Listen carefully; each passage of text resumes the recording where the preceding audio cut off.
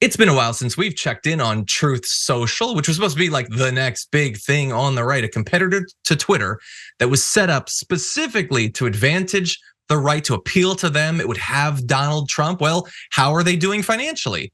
Well, since launching in early 2022, they have taken in $3.7 million in net sales. So that's for ads. So they brought in millions of dollars for ads. And you've probably seen those ads if you've been on Truth Social. It's really big low-res images of fruit and teeth and stuff. It's really weird. The issue is that the $3.7 million doesn't really pay to keep the doors open because they've lost $73 million, according to an SEC filing on Monday. Now, have they lost as much money as Twitter in that time? No, they're beating Elon Musk by literally tens of billions of dollars, but it's still not a sustainable business. These numbers, by the way, have been revealed in a new financial disclosure from the Trump Media and Technology Group's SPAC merger partner, Digital World Acquisition Corp. From the very beginning, there's been this ongoing quest for them to pump up the value and then sell out to this group. Not sure that that's necessarily going to happen, because if TMTG is unable to complete the merger with the Digital World Acquisition Corp and receive the money that they could invest in it, it's probably not going to survive at this point. And why would DWAC want to bring them on when they're losing so much money, despite the fact that they're the only place you can get Trump's commentary, and he's got this big audience as he runs for president again. This is as high profile as it's going to get, and it's just not working. Ida, what do you think? You surprised that Truth Social is kind of a bust? Name 3 businesses that Trump has been associated with that have been successful. Trump University for a while. Then what happened? Have you ever had a Trump steak? Delicious. Isn't it always good at the beginning and then there's always like an epic fail that follows because there's no real business strategy behind it. It's all grifting. It's always preying on the, like all of this stuff has just been preying on the people who are suffering, who don't know better and are not willing to do better. But are you surprised that something affiliated with Trump is failing? Not especially. Look, particularly this, again, because we said at the beginning, like, do right wingers like the idea of a place where everything is set up for them and they can say whatever they want to, whatever crazy, offensive, racist, homophobic thing they want to say?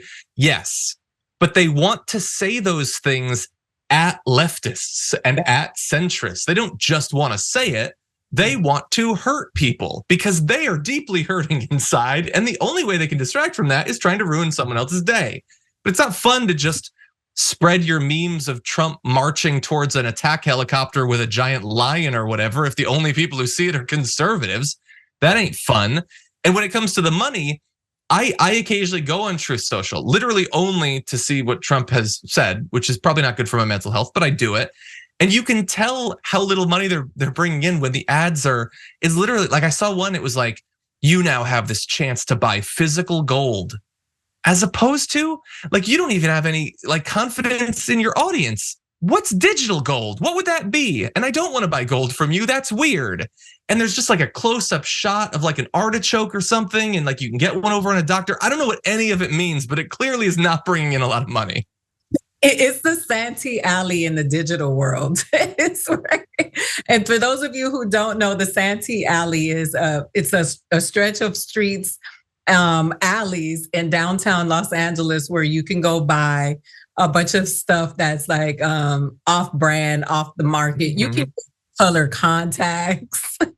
You can gold. You can get gold in person. And so now, it's just the way that, first of all, they have X where they can go do all the racist stuff.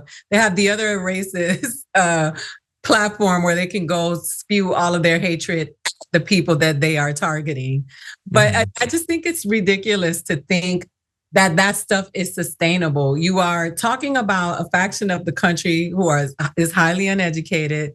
They are struggling with day-to-day And I don't say highly uneducated to be an intellectual elitist. I didn't graduate from college. I belong to those group of people. I just made a conscious decision to try to find out the information, to read, to learn, to educate myself, because I think it is important that if I talk about things that I should know what I'm talking about. And when I'm wrong, I can say, hey man, I said something and I was wrong. I didn't know what I was talking about. But this is a group of people who are not aware. They don't have that level of awareness. And they are out there just, because the immigrants are coming to take over and, all that stuff. Obama is Muslim and he's from Kenya. He wasn't born in America. All of that they need to say that, but they need an audience. Yeah. Yeah. And honestly, like the biggest, I think, threat to them has been Twitter. Like since Elon Musk took over, he has the same goal. He wants to effectively make it impossible for there to be functioning social media that like groups in society can use to organize, that can improve the country in literally any way. Like he's just doing a better job at that than Truth Social, and still somehow losing more money. I just wanted to say that he really didn't create that platform for others. He created that, like that's his podium where he can just talk and people can listen to what 100%. He has to say. He doesn't care what everybody else is posting. He feels like I need to be heard all the time. Like he's a megalomaniac. And he really thought that he was going to go on there and get the same reaction he would get from Twitter. Remember, he would tweet something ridiculous and it would get retweeted a million times. And that's not happening there because those people are just like you. They got crazy stuff they want to say too. Yeah, 100%. Anyway, we'll see if it lasts the year. Doesn't seem like it's going to make the billions that he thought. And by the way, if you are a conservative and you don't, it's like expensive to buy physical gold. I have some conceptual gold, some hypothetical gold that I will sell you. Email me. Actually, don't.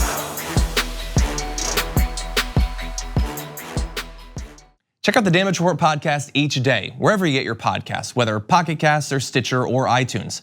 You can join me as I give you the news and stories you want, with a range of co-hosts and interview guests jumping in on the fun each day.